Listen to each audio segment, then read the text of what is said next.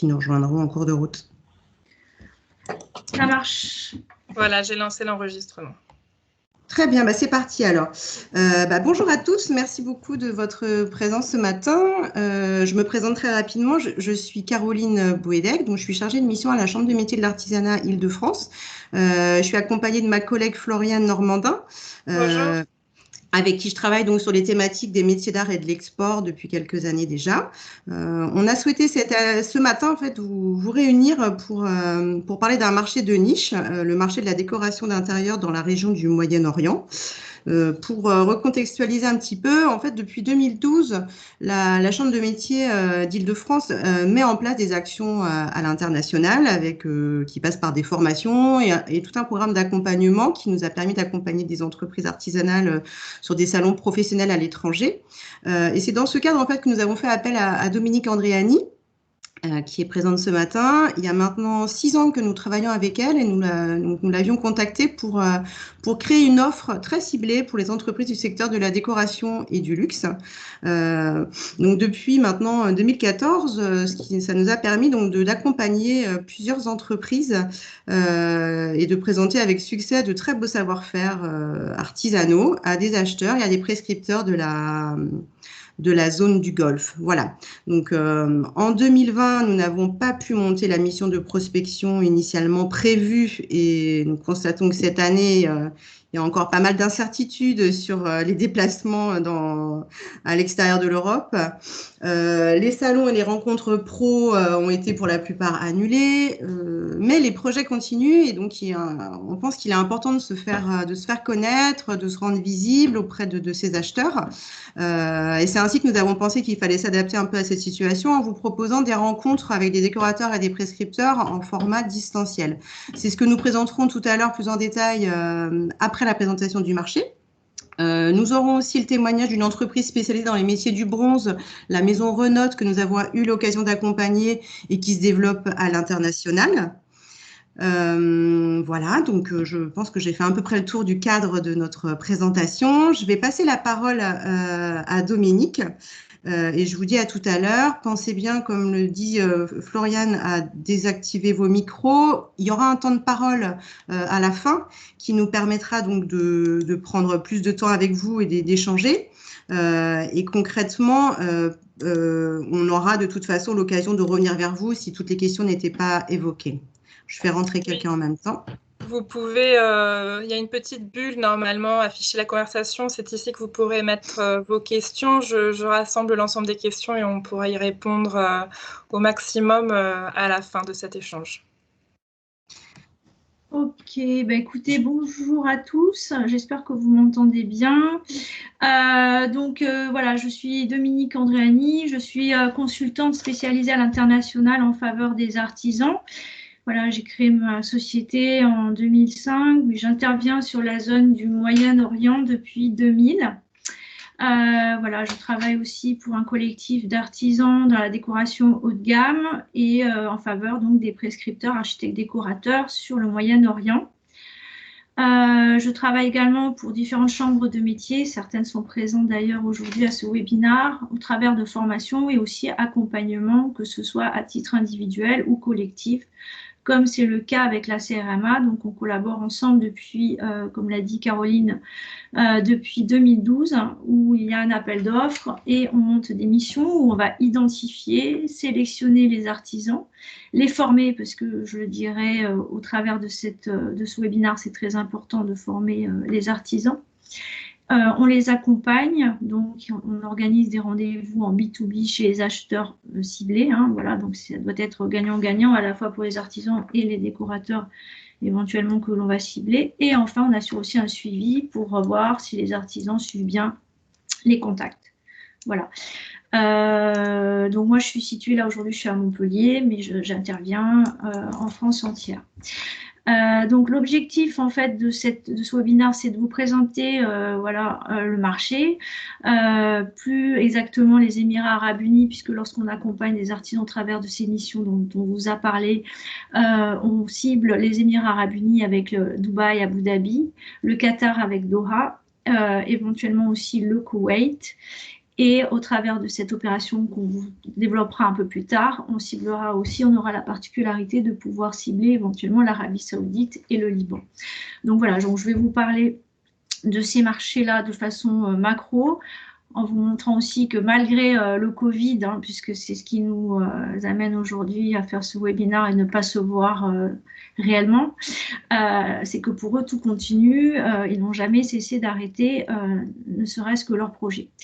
On verra, selon ce qui nous concerne, la décoration haut de gamme, qu'on a une vraie valeur ajoutée, nous les Français. Bien évidemment, on ne peut pas y aller n'importe comment, donc il faut être bien préparé. Il y a l'aspect culturel qui est très important.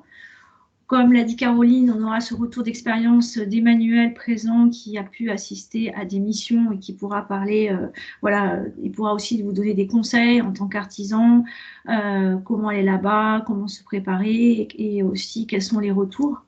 Sachant que je ne dirai jamais assez, ce sont des marchés très intéressants, mais où il est très important de suivre et c'est souvent très très long, mais l'export, j'allais dire, c'est pour n'importe quelle zone, il faut être présent et surtout assurer un suivi régulier. Voilà, donc je vais vous parler de ces différents endroits. Bon, bien évidemment, tout le monde entend parler de Dubaï au travers des Émirats Arabes Unis, qui voilà, fait parler d'elle au travers de ces grands projets. Abu Dhabi, qui reste quand même la capitale des Émirats Arabes Unis, où il y a 7 Émirats, est beaucoup plus discrète. Donc, vous pourrez constater qu'il y a quand même malgré tout une rivalité, même au sein des Émirats. C'est toujours voilà, celui qui fera le plus grand projet. Donc, j'illustre toujours par ces grands monuments, même si ça évolue sans cesse, avec le fameux Burj Al Arab, qui est un hôtel 7 étoiles, qui a été le premier à se construire dans les années 2000, qui est un 7 étoiles, même si chez nous ça n'existe pas, ou l'Emirates Palace, qui est un hôtel à Abu Dhabi. Voilà. On parlera bien évidemment du Qatar avec ses grands projets aussi, notamment avec la Coupe du Monde. Donc pareil, ils n'ont jamais cessé de construire. Ils ont moins de capacité hôtelière que les Émirats Arabes Unis. Mais voilà, ils attendent beaucoup de cet événement, comme Dubaï avec la ville universelle. Koweït, je fais un focus toujours sur le Koweït parce que voilà, personne n'en parle et finalement c'est un petit pays, on le verra, ce sont tous des tout petits pays et je dirais lorsqu'on fait des missions combinées c'est très très facile de se déplacer puisque bon voilà, les Émirats, Qatar ou Koweït, c'est juste à 1 heure de vol, sachant qu'à l'heure d'aujourd'hui on a 2 heures de décalage horaire et Qatar 1 heure, donc voilà, c'est très facile de se déplacer. Et c'est vrai que le Koweït est plus discret, je dirais, est un pays beaucoup plus discret que ces autres pays. L'Arabie Saoudite, en ce moment, on entend beaucoup parler. Alors c'est vrai que voilà, elle s'ouvre au tourisme. Maintenant, il est plus facile d'y aller. On n'a plus besoin d'être voilé. Et ils ont des grands projets aussi jusqu'en 2030 de développement, notamment avec des nouvelles villes. Donc, il va falloir aussi l'approcher, voir comment l'approcher et surtout, on verra aussi que la présence de la France et la vision de la France est assez bonne dans l'ensemble. Voilà. Alors, les Émirats Arabes Unis, pour reparler des Émirats Arabes Unis, comme je vous l'ai dit, c'est que ça reste quand même un petit marché. Il y a 7 Émirats, bon, principalement, tout le monde connaît Dubaï, et surtout par rapport à sa vitrine touristique. Et moi, Abu Dhabi, malgré tout, voilà, c'est un marché de réexportation. Il faut savoir aussi, bon, bien évidemment, il y a une stabilité pour tous, politique dans son ensemble. Ils ont beaucoup moins, bien évidemment, de pétrole à l'heure d'aujourd'hui. C'est pour ça aussi qu'ils voient que ça s'aménise et qu'ils désirent s'orienter vers le tourisme et aussi vers cette plateforme de réexportation. Ils attendent bien évidemment beaucoup de l'exposition universelle, sachant qu'elle a été reportée, puisqu'elle avait lieu en 2000. Donc, tout a été fait aussi pour créer des nouveaux hôtels, pour aussi étendre leur aéroport, qui est un des plus grands aéroports du monde.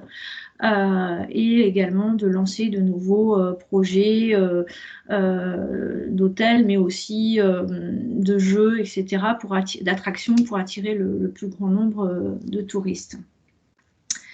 Voilà, je vous ai mis aussi pour 2021 les projets à venir, voilà, avec de nouveaux hôtels, comme je vous l'ai dit, de nouvelles villes, pardon. Également, le musée du futur, hein, qui s'est terminé il n'y a pas longtemps. Voilà, et tout ça tourné aussi sur les nouvelles technologies, également sur, comme je vous ai dit, sur des nouvelles villes. Donc voilà, je dirais, ils ont pris le pas sur les autres en se rendant bien compte qu'il était important de s'ouvrir à l'extérieur et de se développer, notamment sur le tourisme. Abu Dhabi, lui, est beaucoup, donc je vous ai dit, c'est une ville qui est beaucoup plus distraite et qui a beaucoup plus les moyens, puisqu'ils ont quand même subi la crise en 2009. Je dirais que eux ont préféré se tourner vers la culture. Bon, vous êtes tous au courant, bien évidemment, du Louvre, hein, qui a été fait par Jean Nouvel. D'ailleurs, Jean Nouvel a réalisé pas mal de musées dans le Moyen-Orient, avec bien sûr le Louvre à Abu Dhabi et puis le musée des Sables au Qatar, et il va aussi construire la nouvelle ville en Arabie Saoudite. Voilà, donc eux, voilà, ont préféré jouer sur le côté culturel, sur les musées. Il y a aussi la Sorbonne qui est présente à Abu Dhabi, donc elle est beaucoup plus discrète que Dubaï. Donc c'est important, bien évidemment, lorsqu'on va là-bas. C'est souvent ce que l'on voit à l'occasion d'un salon professionnels. La plupart des salons, c'est vrai, sont à Dubaï, plus qu'au Qatar ou Arabie, etc.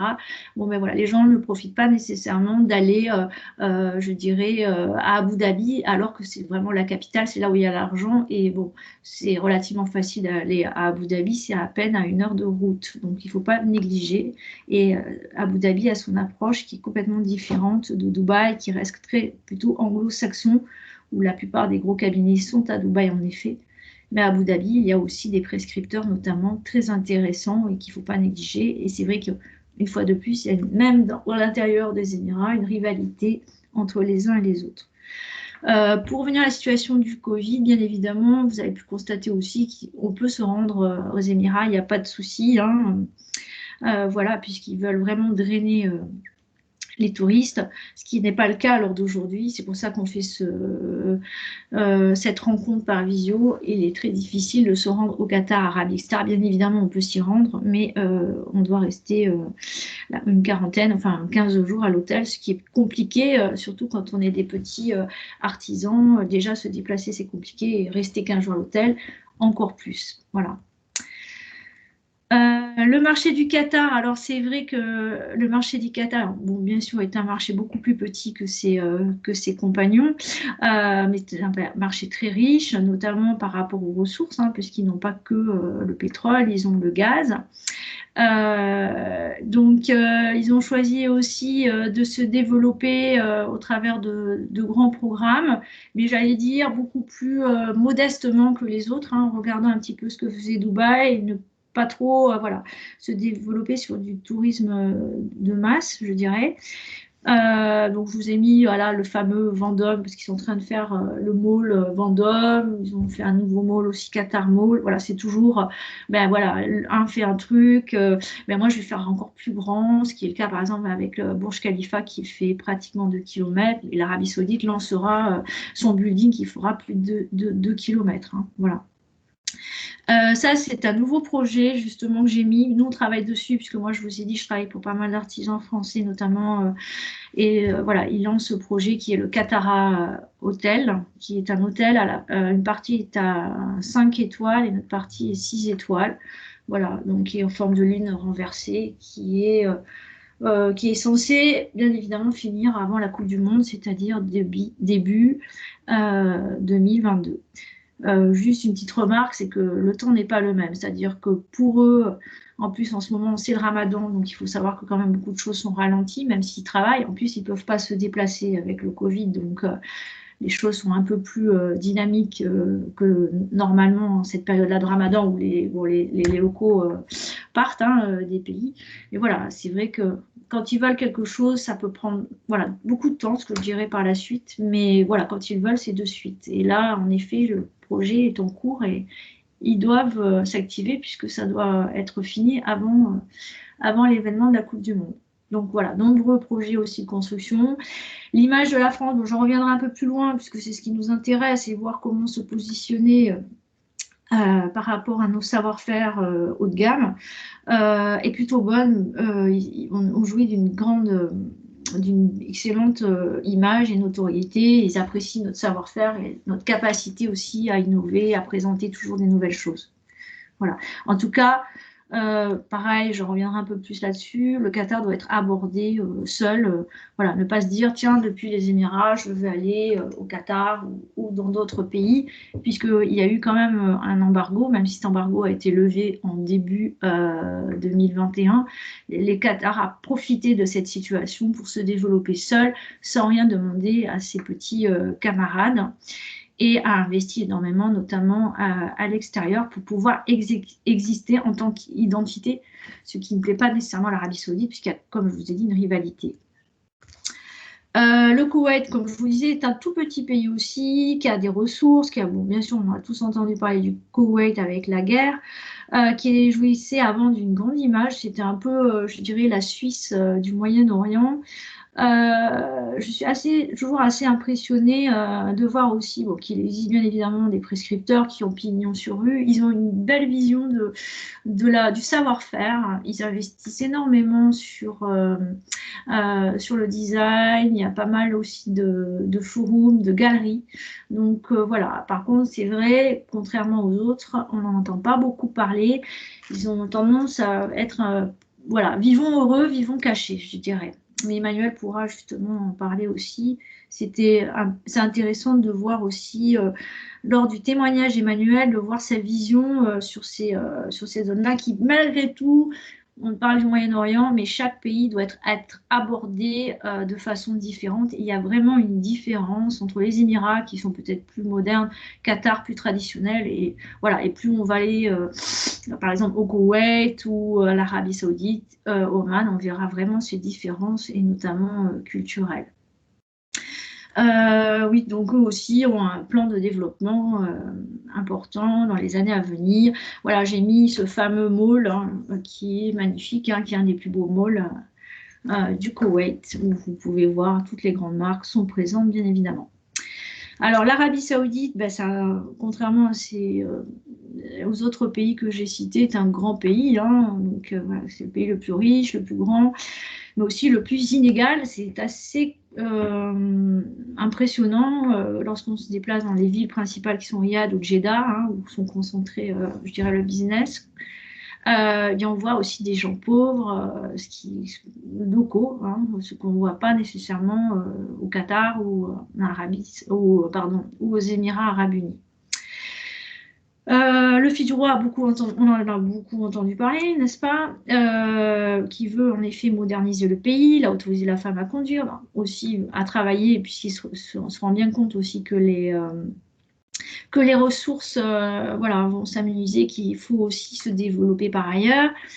Il a donc décidé aussi de diversifier son économie. Il a une vision jusqu'en 2030. De nouvelles villes sont en train de se construire pour ouvrir et puis avoir du tourisme religieux, ce qui était le cas avant. Il est vrai qu'avant c'était très compliqué d'aller là-bas. Il fallait tout un process pour le visa. Bon, moi j'y étais là encore l'année dernière.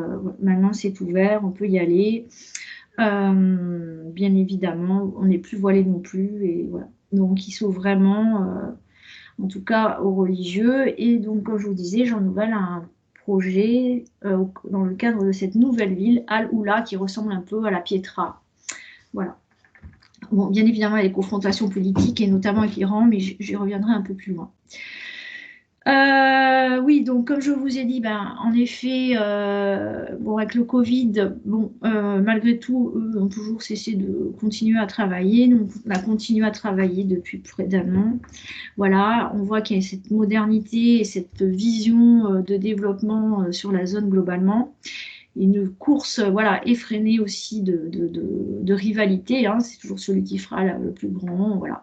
Le high-tech est très important aussi, notamment avec l'Arabie Saoudite. Ils veulent vraiment se moderniser. N'oublions pas que ce sont des pays qui ont 45 ans d'existence, globalement, et qui sont relativement jeunes et neufs dans leur regard, et ils ont fait un bond en avant en très peu de temps. Oui, comme je vous ai dit, ce qui est positif, c'est que ça y est, il y a un rétablissement des relations entre le Qatar et notamment l'Arabie Saoudite, hein. Voilà, puisqu'il y avait eu cet embargo, ce qui est quand même beaucoup plus facilitateur pour nous, notamment lorsqu'on pourra se déplacer, d'aller d'un pays à l'autre, alors qu'avant, on était obligé, les Émirats, si on voulait aller au Qatar, on était obligé de passer ou par Oman ou par le Koweït. Bon, ce qui n'empêchait pas de pouvoir, voilà, aller rencontrer ces pays-là qui sont, comme je vous l'ai dit, notamment Koweït, très intéressants. Mais voilà, là maintenant, c'est rétabli, on pourra se déplacer d'un pays à un autre. Concernant, voilà, bon, je vais pas, l'objectif, je ne vais pas vous parler toute la zone, bien évidemment, donc je fais ce focus-là sur ces pays, mais Oman, ne pas négliger, qui est vraiment la nouvelle destination touristique, où il y a très peu de prescripteurs, par contre, Bahreïn est beaucoup moins riche, mais il y a quelques prescripteurs aussi à ne pas négliger, mais on peut très bien le faire en une journée.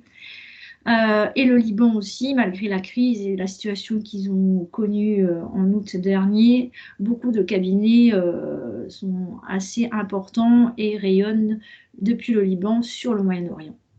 Donc c'est une zone vraiment à ne pas négliger. Alors, concernant, oui, là, ce qui nous intéresse, nous, les Français, comment on est perçus en termes de décoration notamment. Alors, il est vrai que la France, comme je vous ai dit, elle est plutôt bien perçue. On est reconnu par rapport à notre créativité, par rapport bien évidemment à nos marques, que ce soit la mode, mais que ce soit le design. Donc ça, c'est plutôt positif.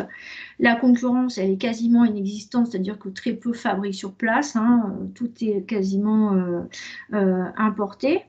Voilà, même si voilà, de plus en plus, ils commencent à fabriquer sur place, mais pour des choses plutôt standards, comme de la menuiserie, ce genre de choses, du verre, voilà. Pour tout ce qui est hôtel, parce que souvent, il faut que ça aille vite, hein. Donc, quand ils construisent des hôtels, voilà, ils préfèrent utiliser déjà, bien sûr, des choses qui peuvent aller vite, ou alors ils n'hésiteront pas à importer depuis la Chine. Il ne faut pas croire, voilà, ils sont plus proches de la Chine, donc ils n'auront pas de scrupules à importer depuis là-bas. Même si, je vous ai dit tout à l'heure, voilà, ce sont des hôtels 6-7 étoiles, qui n'existent pas réellement. Voilà, quand on regarde en plus grand détail, on se rend bien compte que la plupart des choses sont importées et qui sont faites voilà, de façon, comment dire, rapide, quoi, hein. Donc, sur place, ils peuvent aussi fabriquer de la menuiserie, ce genre de choses. Alors, si on pouvait dire un côté négatif, enfin, voilà, des Français, c'est surtout souvent la question de prix. Ça aussi, ils disent souvent produit qualité, mais produit cher. Voilà, donc nous, vraiment, notre savoir, notre plus, je dirais, ça sera de jouer sur des produits nouveaux, sur de la créativité, et c'est ce qu'ils apprécient. C'est-à-dire qu'on peut venir avec des produits qu'on est les seuls à maîtriser, on a cette capacité aussi à pouvoir s'intégrer sur un projet global. Et ça, c'est ce qu'ils apprécient. Les Italiens, bien évidemment, sont très présents. Je dis souvent que voilà, s'ils sont présents, c'est que c'est un bon marché, hein. Ils ont cette particularité de venir en meute et de pouvoir offrir une offre intégrée, ce que nous, on ne sait pas nécessairement faire, on reste quand même très individualiste. Et je dirais aussi, ils ont leur plaquette, tout ce qui est communication, c'est assez bien shadé. Ils n'hésitent pas à investir là-dedans et aussi à donner des échantillons. Parce que voilà, ce qui est important aussi, c'est d'avoir, voilà, si on a un beau produit, on a tout ce qu'il faut aussi. Il faut aussi avoir une belle communication, de beaux échantillons aussi à leur laisser. Tout ça, c'est très important. Donc, pareil, j'en parle un peu plus loin, mais même si à l'heure du numérique, on va vous dire, voilà, bon, ils sont très Instagram, par exemple, tout doit aller très vite. Moi, je communique quasiment avec eux par WhatsApp, par exemple, plus que par mail. Ils aiment bien avoir un support papier quand même pour montrer à leurs clients, que ce soit des locaux, ils aiment bien avoir un support papier. Donc, c'est important malgré tout d'avoir une communication en anglais, puisque tout se fait en anglais, assez professionnel. Au niveau des consommateurs, alors c'est vrai que souvent on me dit, bah oui, les consommateurs, ça va être, on va viser les locaux. Bon, il faut savoir qu'ils représentent pas grand-chose, hein, ils représentent moins de 10% de la population locale. Il ne faut pas négliger aussi les expatriés, hein, puisque voilà, ils sont de plus en plus riches. Les Indiens aussi, les Anglo-Saxons par exemple. Donc voilà, ils peuvent pour certains investir à Dubaï. Il y a aussi des zones franches, des chefs d'entreprise qui s'installent, donc ils vivent là-bas et ils vivent de façon. Voilà, ce sont des villes très sûres. Hein, Dubaï ou Qatar sont les villes les plus sûres du monde.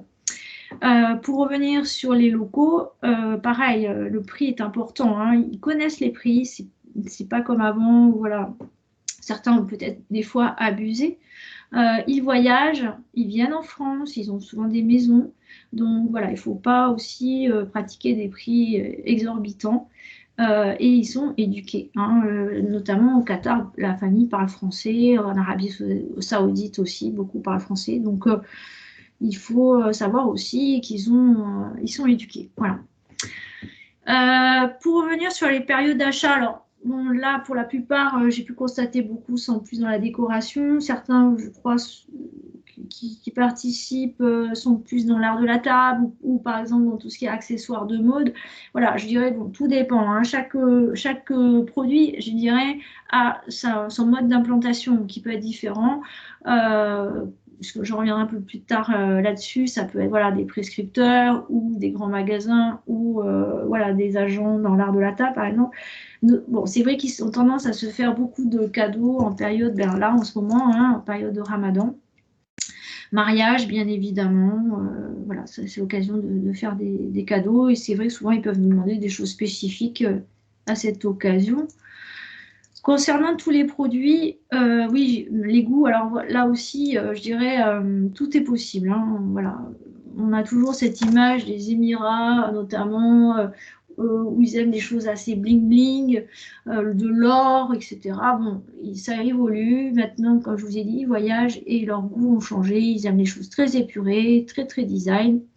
Donc, on peut avoir affaire, voilà, peut-être à des gens plus traditionnels, ce qui est peut-être plus le cas au Qatar, notamment, ou l'Arabie Saoudite, où ils aiment bien, voilà, des choses plus traditionnelles, plus l'or, l'argent. Mais on peut aussi avoir affaire à des familles, des jeunes, et ils peuvent avoir des goûts très, très arrêtés. Et des choses très, très épurées, voilà. Donc, tout est possible. Sur un slide précédent, si je peux me permettre, voilà, je voulais revenir juste sur une chose qui était évoquée. Voilà, ce que je disais, tous les styles et niveaux de gamme sont présents. C'est-à-dire qu'il ne faut pas croire, voilà, on a des gens qui vont aimer des choses très, très design, très packagées avec une offre unique. Parce que c'est là où on va pouvoir jouer notre carte. Et puis, on va aussi retrouver Ikea, on va aussi retrouver des magasins style Zara, grande surface, etc., où les gens voilà, iront chercher aussi ce genre de choses. Les droits de douane sont seulement de 5%, donc ça, c'est quand même intéressant. Hein. Pareil, par rapport à votre prix, essayez d'intégrer le transport. Ne faites pas des prix départ atelier ou usine, c'est souvent, à mon sens, anti-commercial. Après, à eux de dédouaner la marchandise s'occuper sur place. Mais voilà, déjà, sachez que 5%, c'est quand même pas intéressant pour nous. Depuis peu, ils ont inséré la TVA aussi, puisque comme je vous ai dit, ils se rendent bien compte que les ressources amenuisent et donc du coup, ils ont inséré la TVA. Avant, il n'y avait pas de TVA. Voilà, et bon, comme je vous disais, Dubaï engendre beaucoup de visiteurs, notamment des Français qui viennent régulièrement. Après, ça ne veut pas dire qu'ils restent, hein, parce que voilà, on ne reste pas là-bas si on ne peut pas travailler. Il faut être clair là-dessus. Hein. Tous les gens travaillent, sinon on ne peut pas rester. Pour revenir en ce qui nous concerne, à savoir quel est le meilleur réseau de distribution. Alors, par rapport à tout ce qui est habitat, décoration, si vous êtes voilà, sur l'agencement, sur le mobilier ou sur la dorure, par exemple, ce genre de choses, voilà, le meilleur réseau de distribution, c'est de passer par des cabinets d'architectes d'intérieur. Alors, globalement, dans la zone, tout est quand même assez structuré, hein. Donc, voilà. Et les décorateurs, voilà, ont un rôle extrêmement important, hein, puisque c'est eux qui vont acheter pour le compte de famille ou pour des hôtels, notamment, etc. Il faut savoir qu'il y a plus de 500 cabinets sur la zone, donc c'est pas négligeable. On retrouve beaucoup de cabinets internationaux aussi, notamment à Dubaï, qui sont à Londres, ou également aux États-Unis ou en Asie. Donc, ils peuvent être basés à Dubaï, mais rayonnés sur le monde. Voilà. Comme au Liban, où au vu de la situation, on pourrait me dire, bah, il n'y a rien à faire, ils sont au Liban, mais ils travaillent au Qatar, vous voyez. Voilà. Donc, c'est eux qui vont pouvoir voilà, gérer la décoration de A à Z pour leurs clients particuliers ou hôtels éventuellement. Certains cabinets gèrent aussi à la fois le privé et les hôtels. Il y a aussi pas mal de showrooms. Alors, je ne sais pas pour certains, peut-être ont déjà été. Voilà, il n'y a pas des boutiques comme chez nous où tout se passe beaucoup dans des malls, hein, dans les malls, dans les grandes surfaces où vous allez avoir voilà, des grands showrooms que l'on pourrait retrouver en France, notamment Ligne Rosée, Roche-le-Beaubois. Voilà. Les grands magasins aussi, on retrouve notamment les Galeries Lafayette, BHV, Bloomingdale, enfin voilà. Donc tout se passe souvent dans les malls. Donc voilà, comme je vous disais, il y a plus de 500 cabinets.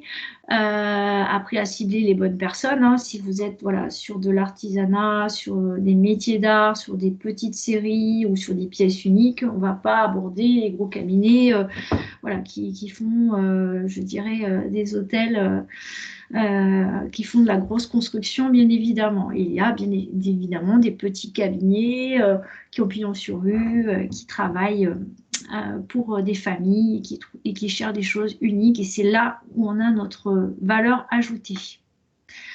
Concernant l'art de la table, oui, ce que je vous disais tout à l'heure, pour certains, j'ai vu aussi qu'il y avait Evelyne Prélonge, voilà, bien, on va plus cibler peut-être les magasins de décoration de gamme, on va peut-être plus cibler les petites boutiques ou les grands magasins, comme je vous ai évoqué, BHV ou Galeries Lafayette ou d'autres.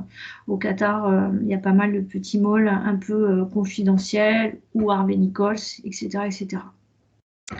Bien évidemment, pour tout ce qui est, bon, ça ne vous concerne pas, mais pour tout ce qui est nourriture, voilà, on peut passer aussi par les grands hôtels.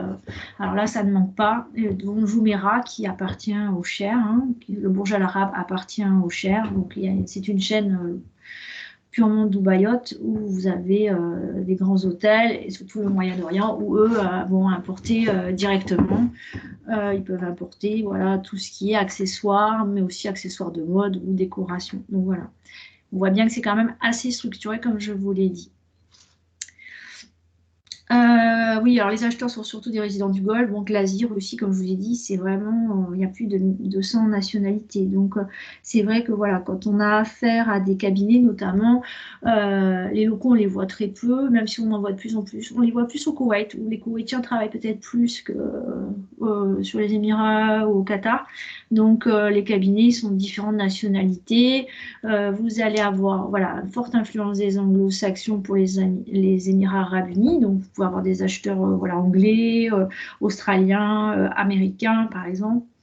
En Arabie, au Koweït aussi, c'est très américanisé. Et puis voilà, au Qatar, ben, on peut avoir affaire à des cabinets plus petits, mais il y a beaucoup de Français. À Abu Dhabi aussi, il y a beaucoup d'architectes d'intérieur français ou libanais.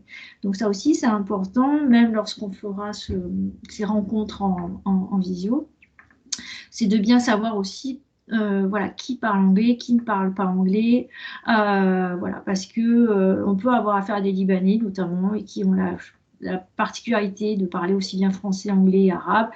Et c'est important aussi qu'on soit bien préparé et qu'on soit très professionnel. Oui, alors j'ai parlé de Chaloub. Alors Chaloub, c'est quelqu'un qui est fait, c'est un groupe hein, qui représente, donc il a toutes les marques, notamment françaises, de luxe, que ce soit la mode, art de la table, accessoires, parfumerie, et qui est un CCE comme moi, qui est conseiller du commerce extérieur de France, qui est sur le marché depuis fort longtemps, depuis des générations. Et voilà, la particularité, c'est qu'il voilà, il les représente, c'est toutes les marques de luxe au Moyen-Orient. Il avait dressé justement un document que je vous invite à voir, qui est assez intéressant, sur la consommation des locaux notamment, et aussi en disant que, voilà, que ça évolue, et que maintenant, ce qu'on peut constater, c'est que les locaux, notamment, aiment les pièces uniques, le sur-mesure. Et ça, on le voit quand on fait des projets. Voilà, ils aiment bien avoir quelque chose d'unique que n'aura pas le voisin. Donc ça, vraiment, c'est une particularité, encore une fois, que l'on peut offrir. Pour eux, voilà, c'est un signe extérieur de richesse, on le voit bien, ils aiment bien avoir le dernier sac, la dernière montre. Mais à l'heure d'aujourd'hui, ça évolue, ils ont une mentalité différente, peut-être parce qu'eux aussi ils voyagent, ils ne recherchent plus nécessairement d'avoir les mêmes choses que les autres vont avoir. Donc ça, c'est intéressant, et on peut aussi se poser la question avec le Covid, voilà, est-ce que la consommation ne va pas changer? Les gens vont peut-être avoir une autre approche, plus de payer quelque chose peut-être plus cher, mais de pérenniser, plus que de consommer, avoir une consommation de masse. Et il est vrai, par exemple, que Chaloub, comme je vous ai dit, a de grandes marques qu'on va retrouver finalement dans tous les malls. Et finalement, quand on voit les malls, que ce soit Dubaï, Abu Dhabi, Qatar, etc., c'est toujours la même chose. Donc, il se pose lui-même cette question-là de positionnement, qui est assez intéressant, puisque c'est quand même un acteur privilégié sur la zone. Oui, je vous ai mis des salons. Alors, moi, je ne suis pas trop partisan des salons, pour tout vous dire. Je préfère les rencontres en B2B, ce que je fais avec Caroline et Floriane à la CRMA. Pourquoi? Parce que lorsqu'on organise des rencontres, que ce soit en visio ou en présentiel, on va sélectionner les gens, voilà, on va présenter les artisans, on va voir, voilà, véritablement par quoi ils sont intéressés, et on va chez eux, c'est les architectes décorateurs. Donc quand on part en mission, par exemple, sur 6 jours, et on fait, voilà, 2 jours Émirats, 3 jours Émirats, 2 jours Qatar, une journée Koweït, par exemple, sachant qu'eux travaillent le dimanche, ils ne travaillent pas le vendredi, samedi. On arrive facilement à avoir 25 rendez-vous, 3-4 par jour, parce qu'après, il y a une organisation aussi sur place pour optimiser son déplacement. On va chez eux, on voit comment ils travaillent, et ça, je pense que ça n'a pas de prix, quoi, parce qu'il y a aussi une relation qui va s'installer. Il ne faut pas oublier aussi que moi, à chaque fois que j'y vais, c'est là que je vais concrétiser un projet.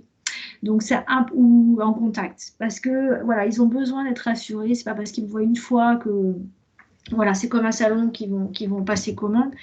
Et le fait d'être chez eux, on va pouvoir aussi voir comment s'intégrer sur des projets.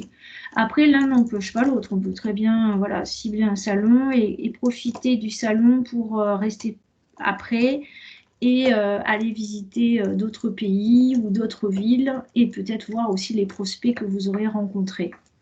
Voilà, en tout cas, à mon sens, faire un salon pour un salon, ça coûte très cher, et il faut bien sélectionner aussi le salon, ou aller en mission et profiter d'une mission pour aller visiter le salon et voir si c'est pertinent.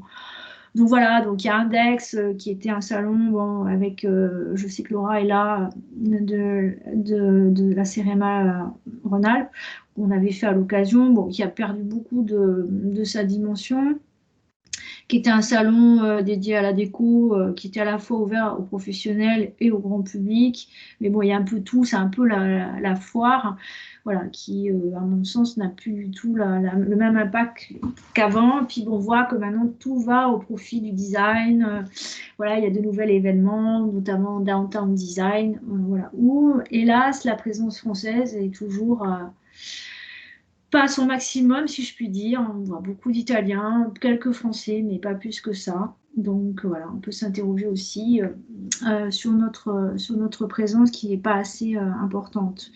Je vous ai mis aussi les périodes à éviter. Donc, comme vous pouvez l'imaginer, en ce moment, avec le Ramadan, écoutez, voilà, c'est pas la meilleure zone pour y aller, mais malgré tout, voilà, ils travaillent.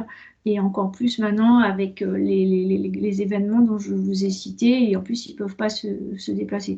Enfin voilà, il y a des jours aussi, ils ont quand même pas mal de jours de fête, donc leur indépendance avec Dubaï le 2 décembre ou le 18 décembre pour le Qatar, bon voilà, à éviter. Donc ça, il faut vraiment bien l'intégrer pour optimiser, comme je vous ai dit, votre déplacement. L'été aussi, souvent ils sont pas là, ils se déplacent aussi. Sachant qu'en plus, voilà, ce sont des pays relativement ouverts, pas de problème pour la femme, hein, souvent c'est la question qu'on me pose. Voilà, vous pouvez faire du commerce, vous pouvez vous déplacer sans problème, vous pouvez vous habiller comme vous voulez. Voilà, personne va faire attention. Après, il suffit d'être, comment dire, voilà, enfin, il y a une image aussi que nous, les Français, on doit véhiculer, surtout dans l'artisanat. Mais globalement, voilà, il n'y a pas de difficulté. On a une bonne image, même si on est une femme et on peut faire du commerce. D'autres événements aussi à venir. Alors moi, je suis assez toujours admirative de ces nouveaux endroits qu'ils ont fait, notamment à Dubaï, qui s'appelle le Dubai Design District, qui est à Litree, qui est un lieu où vous allez retrouver pas mal de grands cabinets d'archives, vous allez retrouver des shows, vous allez retrouver la mode, d'ailleurs Chanel y est, etc. Un endroit dédié au design, il y a pas mal d'événements, donc ils essaient de développer ça. Il y a aussi Al Salkal Avenue. Alors là, c'est plutôt l'endroit un peu comme à l'américaine, vous savez, où il y a pas mal de, comment dire, des box en fait, où tout est dédié sur l'art, les galeries d'art. Voilà. Donc on voit bien qu'il y a cette importance. Alors Al Salkal Avenue, quand on y va, bon, on se rend compte que voilà, il développe plus quand même alors d'aujourd'hui l'art arabe, hein, Moyen-Orient, plus que l'art français pour l'instant. En tout cas, il y a cette ouverture et je peux comparer, étant donné que j'y vais depuis 2000 et je vois déjà la différence chaque fois que j'y vais. Voilà, donc là, je vous ai mis une photo de Dubaï, voilà, Al Sarkal. Vous voyez, c'est un espèce de box où voilà, les gens se déplacent, il y a des événements dédiés au design, à la peinture. Ils ont aussi leur design day comme chez nous. Et alors, la bonne nouvelle, c'est que, donc, comme je vous ai dit, chacun essaie toujours de faire la même chose, mais en mieux. Doha va aussi ouvrir son Doha Design District, son lieu dédié au design qui est en train prochainement de s'ouvrir, qui est en pleine construction. Voilà. Pour avancer, pour garder le timing, l'approche culturelle, bon, comme je vous ai dit, on a affaire à une multitude de nationalités, hein, donc voilà. Après, c'est très à l'américaine, c'est-à-dire quand vous avez un rendez-vous, il est important de bien préparer son rendez-vous, d'être rigoureux, hein, c'est-à-dire voilà, avoir un ordre du jour, mon produit c'est quoi, quelle est ma valeur ajoutée. Aussi, ils aiment si vous avez des références, des belles références, ça aussi, ça les rassure. Voilà, de montrer les échantillons, de laisser des échantillons, d'avoir une belle plaquette. Ils parleront du prix, ça c'est sûr. Hein, donc ça aussi, surtout, il faut être vraiment clair et précis. Souvent, j'entends des artisans qui sont pas capables de dire, voilà, bah, cette table, elle coûte tant. Ça fait pas très pro hein, quand on est face à eux. Donc ça aussi, nous, on prépare bien ça, toutes les choses à bien préparer. Les délais aussi, il faut être clair là-dessus. Si voilà, ça prend 2 mois, 3 mois, il faut être clair là-dessus. Ils le comprendront. Par contre, ils ne comprendront pas si vous leur dites quelque chose et puis finalement, ah ben non, ça prendra. Même si eux, dans leur, comment dire, même si eux, dans leur façon de travailler, ben, ça prendra du temps. Mais nous, on se doit d'être rigoureux et d'être clair dans les délais de fabrication, de livraison, etc. Donc, ils sont très professionnels. Hein. C'est très à l'anglo-saxonne. Voilà, donc oui, alors ils aiment bien passer du temps à discuter d'autres choses aussi, surtout les pays plus traditionnels. Ils aiment bien vous connaître. Comme je vous ai dit, vous avez affaire à une multitude de nationalités.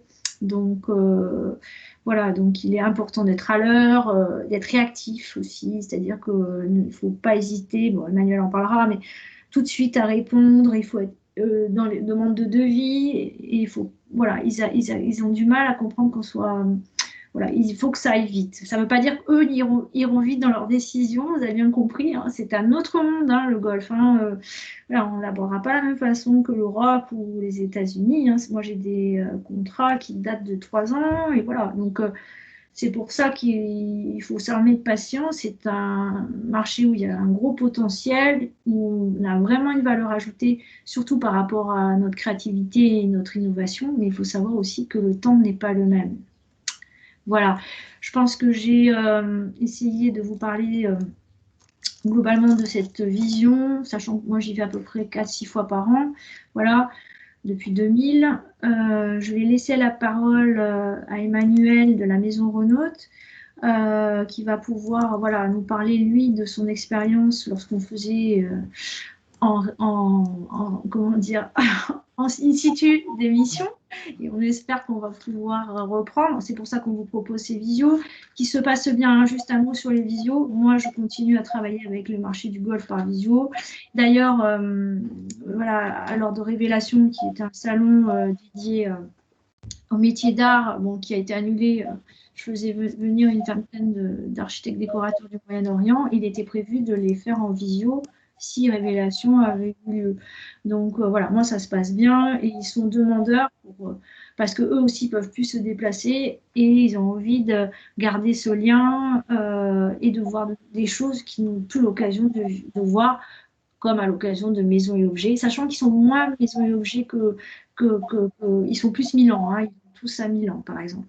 Donc voilà, mais je laisse la parole, j'ai un peu débordé, je laisse Non, la il n'y a parole pas de souci. à Emmanuel. Voilà Emmanuel, salut, j'espère que tu vas bien.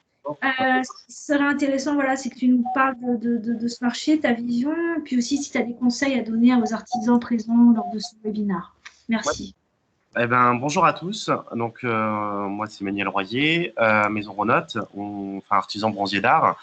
Et donc, j'ai eu l'occasion, comme vous l'avez compris, de participer à la mission, enfin, une mission avec Dominique dans 3 pays, notamment Dubaï, le Qatar et le Koweït. Du coup, pour résumer vraiment mon expérience par rapport à cette mission, il faut dire qu'en fait, Dominique cadre tout dès le départ. Il y a une très, très bonne organisation. C'est-à-dire que tout est bien encadré. Dominique gère le planning des rendez-vous. Donc, on a 4, 5, 6 rendez-vous par jour. Tous les trajets sont aussi gérés par Dominique. En fait, nous, on a vraiment juste la partie, j'allais dire, commerciale à s'occuper. Tout le reste est bien organisé. Concernant justement en fait, les rendez-vous, ça peut être des rendez-vous, j'allais dire, collectifs, où en fait, il y a plusieurs sociétés autour d'une table. Bon, bien évidemment, chacun a son temps imparti pour communiquer, échanger avec les locaux, et ou sinon, éventuellement, des rendez-vous individuels, mais qui sont quand même bien ciblés, que Dominique présente. Est-ce que Emmanuel, est-ce que vous m'entendez? Oui. Oui. Oui, je te remercie. Oui. Est-ce que tu peux nous en dire un tout petit peu plus sur l'activité de Renault à l'international, juste pour comprendre un peu comment vous abordez ce marché, donc effectivement via les missions, etc. Mais comment, voilà, comment ça se passe le développement export de l'entreprise au-delà des missions, je veux dire, voilà. Alors, nous, on travaille, j'allais dire à peu près 50% en France, 50% à l'export. J'allais dire, nous aujourd'hui, on cherche vraiment à développer justement l'export, puisqu'on a quand même un savoir-faire français qui est quand même reconnu par les étrangers, et ils sont quand même friands, que ce soit aux États-Unis ou au Qatar, dans les pays du Golfe. Donc, en fait, l'avantage de pouvoir de participer à ces missions permet en fait d'élargir notre action sur l'export. Toute l'organisation, en fait, je vous dis, elle est vraiment gérée par Dominique et la CMA. Donc, on a vraiment juste la partie commerciale à faire. Donc, c'est un gain de temps pour nous. Et du coup, c'est des rendez-vous qui sont quand même qualifiés, donc on ne perd pas de temps à essayer de convaincre des personnes qui ne sont pas intéressées. S'ils ne sont pas intéressés, ils nous disent dès le départ à Dominique, du coup, on n'a pas un rendez-vous avec eux. Oui, ça a permis d'amorcer pour vous, c'est facilitateur et un gain de temps pour le développement de l'entreprise. Et aujourd'hui, c'est des contacts que vous avez conservés, avec qui vous travaillez toujours? Des contacts qu'on a conservés. Alors, il faut bien évidemment entretenir la relation, et c'est des contacts avec qui on travaille. Là, dernièrement, j'ai un contact, Guillaume Aventure, qui m'a recontacté il y a un mois, alors que la dernière fois que je les ai vus, c'était en 2016. On a continué à échanger. Alors, quand j'ai régulièrement, c'est peut-être un mail par année, hein, mais Bien sûr. le contact, la relation, elle est là, elle est établie. Donc du jour au lendemain, en fait, ils peuvent se réveiller et puis revenir vers vous, penser à vous. Bah, effectivement, c'est un peu l'idée, enfin, nous, de cette démarche avec le cabinet de Dominique, c'est que les artisans puissent être identifiés par voilà, des personnes qui Voilà. ont des marchés potentiels. Donc, c'est vraiment ça le but. Ouais. Alors après, sur la relation, ce qui est en plus bénéfique, c'est que Dominique garde la relation. Dominique les voit très régulièrement. Du coup, le fait de continuer, enfin, que Dominique les voit, vont refaire penser aux sociétés qu'ils ont rencontrées. Des petites piqûres de rappel, on va dire ça comme ça. Donc en fait, Dominique, elle continue en fait en permanence, même si on le voit pas. Donc c'est des piqûres de rappel et du coup, voilà, un petit mail de temps en temps, un petit WhatsApp parce qu'ils utilisent pas mal WhatsApp, permet aussi de réactiver un peu le prospect et puis un jour il se réveille, on ne sait pas d'où ça vient et puis il nous demande un chiffrage. Alors il faut être super réactif et en fait ce qu'eux veulent, c'est surtout des prix, connaître le prix des échantillons. Alors, cette étape-là, j'allais dire, est un peu cruciale parce qu'il faut qu'on réponde très rapidement. Et puis après, on n'a plus de signes de vie. Bah, pas tous, mais pendant une certaine période. Et puis du jour au lendemain, ils vous recontactent et la commande est passée. Mais il faut être réactif. Et il faut être réactif. Super actif. Par rapport au mode de paiement, peut-être tu peux en dire un mot. Tu n'as jamais rencontré de difficultés pour le paiement? Pour les paiements, alors pas de difficulté. Le seul aspect un peu négatif, j'allais dire que des fois ils mettent un peu de temps à payer. Mais tu fais payer par avance, j'imagine. Paiement par avance, tu vas pas envoyer de marchandises. Oui, un acompte et puis ensuite le solde juste avant expédition. Alors bien évidemment, pour les rassurer, on peut leur prendre des photos, leur envoyer des photos de réalisation, etc. Enfin, ça les rassure et puis je pense que nous on est pareil si on achetait à l'étranger. Mais après en général, moi j'ai jamais rencontré de soucis. Est-ce que tu peux donner des conseils? Est-ce que tu as des conseils à donner aux artisans qui voudraient participer aux opérations? Alors des conseils, c'est un peu aujourd'hui c'est un peu compliqué parce que ça va se passer en visio. Moi j'ai assisté quand même sur un déplacement physique. J'espère que demain on pourra encore retourner, bien évidemment. Un conseil, c'est de prévoir des échantillons plus que ce que vous pensez, puisque ça part très très vite. Alors échantillons, plaquettes. Quand on fait 4, 5, 6 rendez-vous dans la journée, sur une semaine, on se rend compte qu'en fait, on fait beaucoup de rendez-vous et on laisse beaucoup d'échantillons. Voilà. Enfin, vraiment le prévoir à l'avance. Idéalement, ça serait carrément d'envoyer, parce que alors, les échantillons, en tant que bronzier d'art, c'est ça. Et c'est lourd. C'est ça. Alors, c'est pas fragile, mais ça pèse. Ouais. Mais, on est limité en termes on est aussi limité en termes de poids. Ouais. Du coup, sur mes prochaines missions d'expérience, je prévoirais d'envoyer un colis directement à l'hôtel et que je récupérerai quand j'arriverai sur place. D'accord. Ok. Écoute, merci pour ton intervention. Je laisse la parole à Caroline pour présenter l'offre, peut-être. Oui, merci Emmanuel, merci beaucoup de ce retour positif et on espère rapidement se retrouver en visio ou en présentiel. Ce que je vous invite à faire, alors peut-être qu'il y a eu des questions, je n'ai pas regardé dans la fenêtre de chat, on pourra après réactiver nos micros et poser des questions. C'était un peu le but de faire cette réunion sur Teams, c'était d'avoir un peu d'interactivité plutôt que d'être dans un format webinaire classique. Donc n'hésitez pas à formuler des questions là dans le chat ou à demander la parole en levant la main. Et moi, donc pour conclure cette partie de présentation, je vais vous présenter en fait ce qu'on a imaginé, on va dire, pour pallier à cette problématique de déplacement qui nous pose tous souci en ce moment, évidemment, et qui, j'espère, nous permettra de tourner la page dans quelques mois. Mais cela dit, comme on disait au début, et ce qu'a expliqué Dominique, c'est que les projets ils continuent à être présents, que c'est pas parce qu'il y a eu le Covid que Dominique n'a pas continué à travailler sur les projets en cours, que c'est des pays où il y a un énorme potentiel d'investissement sur des projets et que fatalement, il y a eu peut-être une période un peu floue à un moment, mais que, en tout cas, les contacts sont en attente de recevoir des nouveautés. De notre part.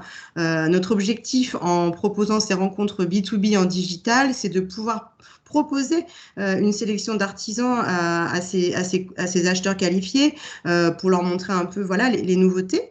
Donc, ce qu'on a essayé d'imaginer, en fait, c'est de formaliser en fait, des rendez-vous sur 2 jours. Donc, concrètement, ça se passera à la Chambre de métier. Notre siège est maintenant rue de Reuilly, Paris 12e. On vous propose en fait un package avec un programme de rendez-vous, un peu sur le format de ce qu'elle peut proposer quand on se déplace en mission, mais qui sera donc contraint sur 2 journées à Paris au siège, avec des acheteurs qui sont dans les zones dont on a parlé ce matin, Arabie Saoudite, Qatar, Émirats Arabes Unis, Koweït et Liban, en fonction des opportunités et des typologies de produits qui seront présentés.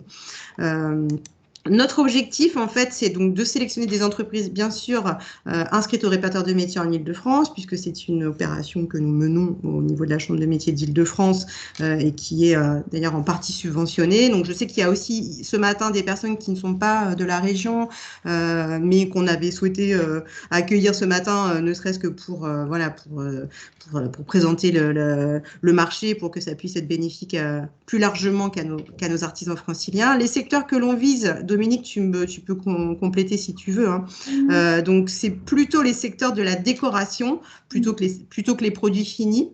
Donc, tout ce qui concerne l'agencement, le mobilier, les décors, les luminaires. Oui, tout ce qui est mural. Aussi, ils sont très friands de toutes les solutions murales, par exemple, solutions textiles, etc. En fait, ils aiment avoir des produits nouveaux. Voilà, c'est la chance que l'on peut leur offrir d'avoir des nouveautés. Voilà. Alors, donc, plutôt ces secteurs-là, donc c'est ce qu'on avait essayé de faire hein, quand on a communiqué avec vous pour parler du webinaire. Voilà. Ensuite, donc concrètement, comment ça va se décliner? Donc, nous, on vous propose une offre clé en main avec minimum 5 rendez-vous qualifiés. Donc, quand on dit rendez-vous qualifié, c'est-à-dire qu'en amont, nous, on fera une sélection, avec Dominique, évidemment, du savoir-faire. Elle pourra évaluer, on va dire, le potentiel de vos entreprises et essayer de mettre en face des acheteurs qu'elle a donc dans son carnet d'adresses. Et donc, voilà, c'est vraiment quelque chose de sur mesure, comme l'expliquait un petit peu Emmanuel. Il y a une approche de sélection en amont qui fait que de toute façon, il faut que ça soit gagnant-gagnant et que le rendez-vous, vous ne rencontrez que des personnes qui souhaitent vous rencontrer. Voilà. Il y aura une journée de préparation parce que c'est pas évident, même si on est en numérique depuis quelques mois, on sait que bon, bah, le distanciel, voilà, on a besoin quand même d'avoir une approche un peu différente en termes de négociation, de présentation. On a parlé des échantillons. Enfin, il y a peut-être des choses à cadrer un petit peu sur le type de présentation que l'on peut faire à travers un ordinateur. Nous mettrons en place avec Floriane l'ensemble, on va dire, de ces rendez-vous sur le plan logistique à travers donc des logiciels et on vous accueillera sur place. Il y aura une assistance technique aussi et linguistique sur la partie des rendez-vous. Et puis après, on se retrouvera peut-être quelques semaines après pour débriefer, pour éventuellement faire un suivi, pour voir si on peut éventuellement vous accompagner en physique à la fin de l'année, puisque nous, on a dans notre programme, on a comme projet, on a une mission physique qui est prévue normalement à la fin de l'année, mais comme on disait tout à l'heure, rien n'est certain. Donc, c'est pour cette raison qu'on ne veut pas perdre de temps et qu'on a voulu monter cette opération. Ce qu'on vous propose, en fait, c'est un tarif subventionné qui reprend donc cette prestation avec donc, le programme individuel de rendez-vous, la journée d'accompagnement en amont, la journée de débriefing et puis tout ce qui concerne le soutien, on va dire, la mise en place logistique des entretiens. On a obtenu des financements de nos partenaires MAF et Banque Populaire, ce qui nous permet de vous proposer un tarif à 525 €, ce package pour 525 € hors taxe. Voilà. Oui. On a dit 5 minimum, et voilà, on peut avoir 10-15 rendez-vous, hein, bien évidemment. On est parti sur 5, mais tout dépendra aussi des entreprises qui seront sélectionnées. Mais on peut très bien, voilà. l'objectif, c'est d'avoir un maximum de rendez-vous, hein, bien évidemment. Exactement. Après, il y a toute une question, on va dire, logistique et technique qui est peut-être un peu plus, voilà, qui a apporté en amont, mais c'est pour ça qu'on est parti sur ce minimum, parce que de toute façon, ça portera bien évidemment surtout sur sur la typologie d'entreprise. Enfin, tant qu'on n'a pas les personnes inscrites, on ne peut pas évaluer ce chiffre. On mise, voilà, on va se limiter, entre guillemets, à 10 places disponibles, parce qu'il y a quand même une logistique d'organisation qui est assez dense, parce qu'on avait échangé ensemble avec Dominique sur effectivement la capacité de trouver des contacts voilà, sur un temps court comme ça. On pense que 10 personnes, c'est bien. On vous a remis là un petit peu les infos principales hein, sur comment le déroulé des opérations. Donc, on va envoyer à l'ensemble des personnes intéressées et l'ensemble des personnes éligibles, entre guillemets, qui sont présentes ce matin et celles qui s'étaient manifestées mais qui n'ont pas pu être présentes pour le webinaire, un petit dossier de candidature à nous remplir qu'il faudra donc nous compléter avant la fin du mois de mai. Je crois qu'on avait mis juste après voilà, les étapes. Donc, on va se donner le mois de mai pour, au fil de l'eau, on va dire, échanger avec vous, étudier les dossiers de candidature, regarder un peu plus vos profils, etc. Pour nous permettre de vous on l'espère en présentiel, de vous convoquer sur les personnes qui seront sélectionnées, de vous convoquer début juin pour une journée de préparation. Ensuite, Dominique, elle passera pas mal de temps, je pense, au mois de juin pour, au téléphone et sur WhatsApp avec ses contacts pour caler tout ça. Donc, on vous retrouvera le 5 et le 6 juillet pour les rencontres en visio à la Chambre de métier d'Île-de-France à rue de Reuillet à Paris 12e. Et puis, on espère que ça sera une amorce, un prémisse pour peut-être concrétiser des rendez-vous ensuite en présentiel avec une mission qui est normalement prévue au dernier trimestre, toujours à confirmer. Voilà. Parfait. Floriane, est-ce que tu es là ? Oui, je suis là. Merci beaucoup pour cette présentation. Pour le moment, on n'a pas de questions dans le chat. N'hésitez pas si vous en avez ou à demander la parole. Vous avez un petit icône tout en haut sur la barre et on pourra accéder. Oui, on peut lever la main. Voilà. Je vais vous montrer. Voilà, hop, comme ça. Ah. N'hésitez pas. Peut-être que tout est clair, tout simplement. Je vois qu'il y a... Attends, je vois des mains levées là, mais je ne sais pas, c'est moi, c'est mon test. Okay. Oui, c'est toi, Caroline. Ah non, il y a Asta. Alors, allez-y. On va ouvrir son micro. Ouais. Oui, bonjour. Bonjour. Bonjour. Vous m'entendez correctement? Oui. Absolument. Très bien. Donc, déjà, ravie de participer à ce webinaire. Donc, moi, je me présente rapidement. Je suis Asta et créatrice de la marque qui s'appelle la Perle Oussoulan. Donc, c'est une marque qui raconte l'histoire d'un encens mythique du Sénégal utilisé par les femmes de l'Afrique de l'Ouest depuis des années. Et je présente une première gamme qui sera sur le marché normalement d'ici la fin de cette année. Voilà, rapidement comme ça.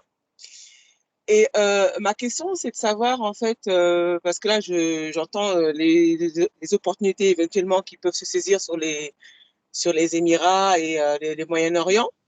C'est de savoir, en fait, vous, les ateliers que vous allez nous proposer, c'est des ateliers, donc, pour ceux qui seront sélectionnés, bien sûr, qui vont nous permettre de pouvoir comprendre comment marche le marché, ou c'est des ateliers qui vont nous permettre de pouvoir rentrer en contact directement avec des personnes sur le Moyen-Orient. Enfin, comment est-ce que ça peut se passer une fois que Alors, oui, l'objectif, c'est de faire du business. Peut-être qu'on ne l'a pas dit, mais c'est la première chose qu'on aurait dû dire. Donc, l'idée, c'est de rencontrer des acheteurs potentiels. Donc, comme j'ai expliqué, on passe par des prescripteurs qui sont les architectes décorateurs, qui sont sur le Moyen-Orient, au Qatar, en Arabie Saoudite, etc. Après, vous avez la main sur eux et vous pouvez suivre si voilà, business se passe, contact, devis et commande.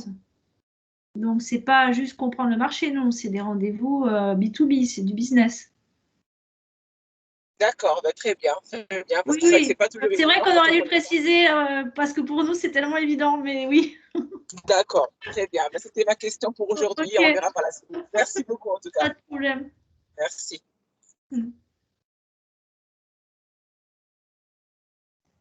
Alors, attends, je vais dans les participants.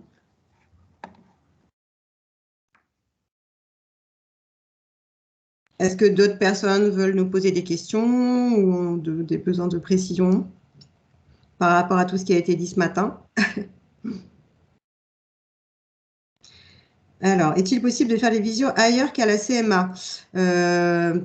A priori, non, parce qu'en fait, on va essayer de les concentrer sur 2 journées et que effectivement, il y a toute une logistique de mise en place ou de suivi des entreprises et aussi des contacts là-bas qu'on ne peut pas mobiliser exactement quand on veut. Ça va vraiment être en fonction aussi de leurs agendas. Donc, on considère que le plus simple, c'est vraiment d'essayer. Nous, on va essayer de faire le maximum pour éviter de vous faire patienter pendant 2 jours dans les couloirs de la chambre de métier, bien évidemment. Mais on pense que c'est le plus simple et qu'il y a quand même cette logique qui est intéressante d'avoir une présence, puisque Dominique sera présente physiquement, évidemment. Je ne l'ai pas souligné. Bon, Floriane et moi, bien évidemment. Et bon, c'est aussi l'occasion de voir des artisans. Donc, on pense que voilà, reste avec un groupe restreint, bien sûr, et dans le respect des gestes barrières, etc., comme on a l'habitude de faire. Mais a priori, non, ça sera plutôt à la chambre de métier. Oui, et puis au-delà de ça, c'est vrai que c'est d'une certaine façon, on souhaite aussi vous apporter un peu plus de confort, étant donné qu'on sait que le digital, c'est agréable, mais parfois il peut y avoir des petits problèmes techniques, donc on sera là aussi pour organiser tout cela. Je vais passer la parole. Alors, je ne sais pas dans quel ordre, je pense que c'est Julien qui a demandé en premier, et ensuite ce sera Iris Frontex. Allez-y, Julien. Oui, bonjour, merci. Je suis Julien Sénéchal. Alors, je travaille pour la société Magellan. Et nous intervenons sur la prescription en France, mais c'est-à-dire sur toute la maîtrise d'ouvrage, où on fait de la sélection et de la faisabilité pour réaliser des projets immobiliers sur du résidentiel. Alors, moi, je trouve votre approche tout à fait intéressante. Bravo, parce que je suis convaincu par l'approche digitale et comme prémisse, en tout cas, de la rencontre physique avec les prescripteurs. J'ai une question. Comment s'organise la qualification des rendez-vous en amont?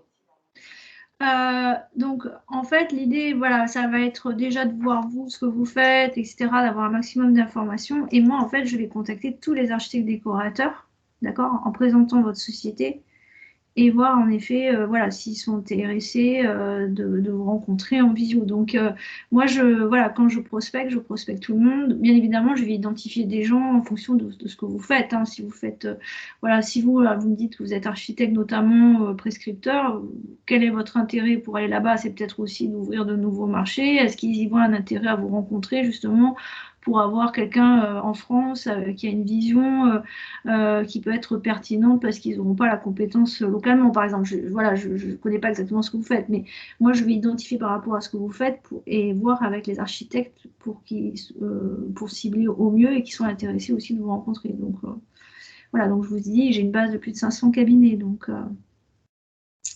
Oui, bon, très bien, parce que, enfin, moi, pour vous expliquer, moi, j'ai passé un peu de temps au Moyen-Orient, notamment dans l'industrie. C'est pour ça que je suis là aujourd'hui, parce que je suis très curieux. J'ai bien compris. Et effectivement, il y a un vrai savoir-faire des artisans français. Il y a une vraie valeur ajoutée qu'il faut promouvoir, et je trouve que c'est pas assez présent. Enfin, moi, de l'expérience que j'en ai eue, c'était pas assez présent. Malheureusement, il y avait des choses à faire. Oui, tout à fait, je suis d'accord avec vous. Je suis d'accord. Mais c'est pour beaucoup de pays, c'est pas que pour le Golfe. Hein. On peut dire que les Français, on est très peu présents globalement. Mais on est très appréciés, oui. Et bien plus que les Italiens, bon, je n'en ai pas parlé, mais ils préfèrent. Les Italiens sont beaucoup plus chassés en meute et beaucoup plus offensifs que nous, mais ils préfèrent notre savoir-faire parce que on est beaucoup plus flexible et on propose souvent des choses beaucoup plus créatives qu'eux, mais eux sont beaucoup meilleurs en termes de communication et marketing. Oui, mais en tout cas, oui, mais au moins on se tient à ce qu'on dit quand on est français. Absolument. Je suis d'accord avec vous. J'ai travaillé sur beaucoup de projets et je peux vous assurer que tout est possible avec les Italiens. Quand on arrive à la réalisation, ce qui est important pour les artisans, c'est aussi de témoigner que le support technique est aussi un avantage comparatif très important. Donc, si vous êtes vraiment des techniciens, vous pouvez vraiment accompagner très loin le designer. Ouais, vous me faites rebondir sur quelque chose que je n'ai pas dit. aussi qui est important, c'est que les architectes sur place, décorateurs et prescripteurs, ne sont pas nécessairement comme nous, c'est-à-dire où on est plus créatif. Donc voilà, eux attendent aussi de notre part qu'on puisse leur proposer des choses, c'est-à-dire qu'ils vont vous envoyer leur mood board et voilà, et vous allez pouvoir leur proposer votre créativité avec les couleurs qu'ils souhaitent, etc., etc. Ça, il ne faut pas hésiter de leur demander parce que nous, on a notre vision et on pense qu'ils sont comme nous, qu'ils sont créatifs et des fois, c'est pas le cas. Et du coup, c'est ce qu'ils attendent aussi, qu'on puisse les aider, leur proposer des choses en fonction de leur projet. Ouais, je suis tout à fait d'accord avec vous. En plus, il faut être force de proposition. Ouais. Et ça permet de maintenir aussi la relation. C'est un alibi formidable pour maintenir la relation avec eux. Merci. Merci à vous. Merci bien. Alors, nous allons passer à la parole à Iris Rontex. Ensuite, on répondra à 2 petites questions qui sont dans le chat. Et ensuite, ce sera à Emmanuel Royer. Voilà. Allez-y, Iris Rontex. Okay. Bonjour, en fait, je suis Myrtille Rontex. Oui, ce que j'allais dire. Bonjour Myrtille. Oui, bonjour oui. Dominique. Bonjour Myrtille. Nous, on se connaît, mais nous, on se connaît de Dubaï. Donc, oui, voilà. exactement. Donc, moi, effectivement, j'ai eu, entre guillemets, la chance de passer 5 ans à Dubaï et de découvrir cette région, je trouve formidable et vraiment très intéressante, très dynamique. Je suis céramiste et je travaille essentiellement la porcelaine. Voilà, donc j'ai démarré là-bas et je suis rentrée en France il y a maintenant 2 ans et je poursuis mon activité ici maintenant. Voilà, et donc merci pour cette présentation, c'était vraiment quand même très intéressant, même si je connais bien le sujet.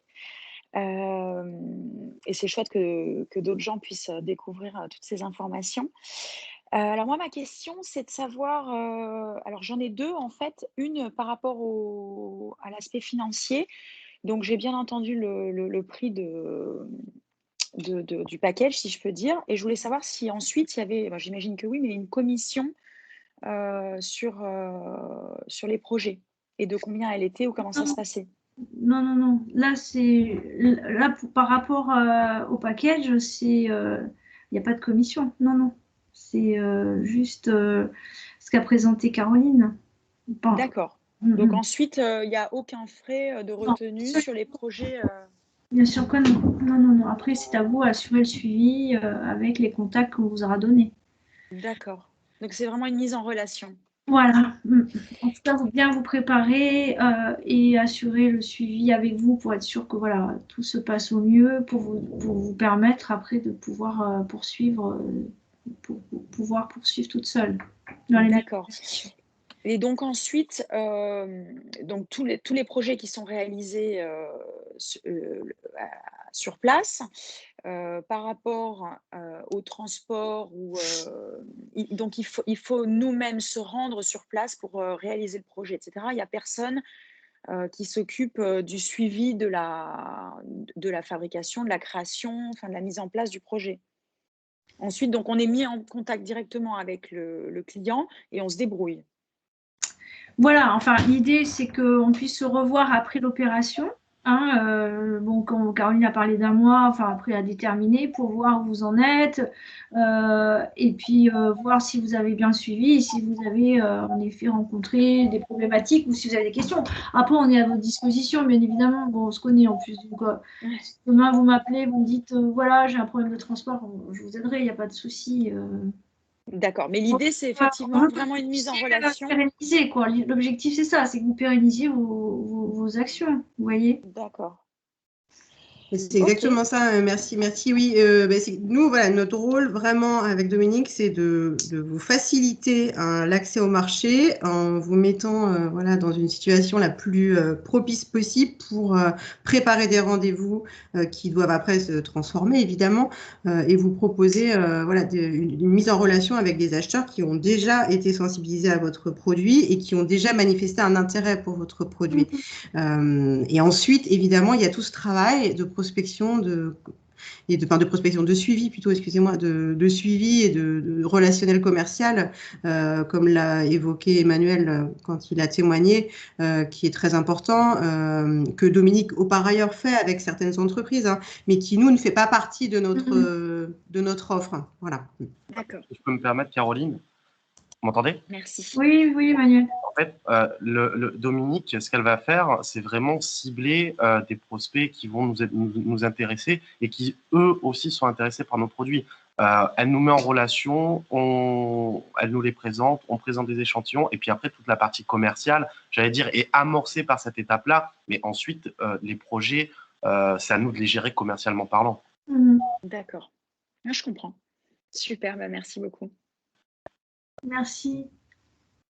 À bientôt, en tout cas. À bientôt. Merci bien. Alors, il y avait une question concernant les rendez-vous. Est-il nécessaire de parler anglais? Bonne question. Ça, je ne peux pas vous le dire maintenant, c'est un peu tôt. Mais la plupart, oui, parlent anglais, en effet. Ouais. Parlent anglais. Bon, il y en a beaucoup qui parlent français aussi. Hein, et comme je vous ai dit, beaucoup des prescripteurs sont libanais. Donc, ils ont cette particularité de parler les 3 langues. Ça, je pourrais vous le dire une fois que on aura ciblé les entreprises, les architectes. Et on vous dira, bah oui, un tel parle français, un tel parle anglais, etc. C'est pour ça aussi qu'on est là et qu'on préférerait que vous soyez là aussi à la CRMA pour assurer la bonne visio et notamment si vous ne maîtrisez pas l'anglais, qu'on puisse être là pour vous aider. Et alors, idem, je vais vous laisser vous répondre. Vous parliez de cabinets avec des succursales en Europe. Y a-t-il à Paris? Est-ce qu'il y en a à Paris et est-ce que nous pourrions les rencontrer ensemble? Hélas, il n'y en a pas tellement à Paris. Hein. Je vais être honnête avec vous, la plupart des cabinets qu'on retrouve sur le Golfe sont à Londres. Le seul que l'on a, par exemple, à Paris, c'est Wilson, avec Tristan Bauer. Wilson Associates. Merci Dominique. Il me semblait qu'il y avait une question d'Emmanuel Royer. Ah, Emmanuel. Oui, alors ma question, c'était plutôt sur le déroulement en fait, des visios pour le mois de juillet. Du coup, concrètement, ça se passe comment? Est-ce que c'est des rendez-vous qui seront collectifs vu qu'il y a 10 participants ou chacun sera devant une webcam en train de discuter à un prescripteur? Qui répond, Caroline ou moi? Plutôt individuel. Plutôt individuel. Oui, oui, tout à fait. De toute façon, on aura un temps limité, Emmanuel. Hein. On aura, je ne sais plus, on a parlé de 20 minutes. Oui, 20-30 minutes. 20-30 minutes à déterminer, mais voilà, c'est en individuel, oui. D'accord. Mais là, on préparera bien, bon, on n'en a pas parlé là, mais on préparera bien l'entretien, enfin, on préparera bien la visio, que tout le monde ait bien les plaquettes, qu'on sache ouvrir quand il faut présenter, partager un document. Ça peut paraître bête comme ça, mais bon, c'est quand même bien d'être bien préparé, pas avoir à chercher, ou si tu as une photo à montrer, qu'on ait tout à portée de main, que ça soit vraiment pro, quoi. Comme on a peu de temps, l'idée vraiment, c'est vraiment nous de soulager les entreprises pour qu'elles aient tout loisir de parler tranquillement et que tout l'aspect de présentation soit un peu nous en back-office, on va dire, pour vous soutenir sur ça. Ok, merci. Voilà, je pense qu'on a fait le tour. Juste une chose, peut-être, pour ceux qui sont intéressés par cette opération, donc au mois de juillet, de revenir vers Caroline et Floriane hein, pour vous identifier et qu'on puisse, moi, mon plus gros travail, en fait, ça va être de préparer tout ça et sachant qu'on clôturera pour qu'on puisse commencer concrètement la prospection début juin. Hein, il y a bien un bon mois où moi, mon travail va être que de contacter les architectes notamment. Et c'est à moi, c'est un minimum, quoi. Voilà. Donc si vous êtes intéressés, revenez bien vers Floriane rapidement et Caroline. Oui, merci. Alors, il y avait juste une dernière question, une demande de parole de Julien. Alors, on vous propose de répondre à cette dernière question. Et puis ensuite, n'hésitez pas, comme a dit Dominique, à nous solliciter On vous remettra nos coordonnées. Normalement, c'est sur la slide suivante. De toute façon, vous avez reçu aussi un mail de notre part, donc n'hésitez pas à nous contacter pour d'autres informations ou d'autres questions. Je laisse la parole à Julien pour une dernière question. Alors, je suis vraiment désolé, excusez-moi, il y a eu un petit problème de manipulation où je n'ai pas réussi à enlever la main, mais j'ai déjà parlé tout à l'heure. Ok, Excusez-moi. pas de souci, il n'y a pas de problème. Bon. Alors, nous avons fini le tour des questions. Encore merci de votre participation. J'étais très contente que vous soyez aussi nombreux. En tout cas, puis voilà, on reste à votre disposition pour toute question éventuelle et revenez vers Caroline ou Floriane. Voilà. Merci encore. Merci à tous. Pour déconnecter, donc voilà, vous avez juste à quitter avec le bouton rouge en haut à droite. Nous vous écrivons très rapidement et on espère vous retrouver bientôt. N'hésitez pas à nous solliciter. Au revoir et très bonne fin de journée. Au revoir. Au revoir et merci aussi à Emmanuel Royer d'être intervenu, d'avoir pris son temps pour faire un retour d'expérience. C'était très riche. Merci. Au revoir. Merci. Au revoir. Merci à tous. Au revoir.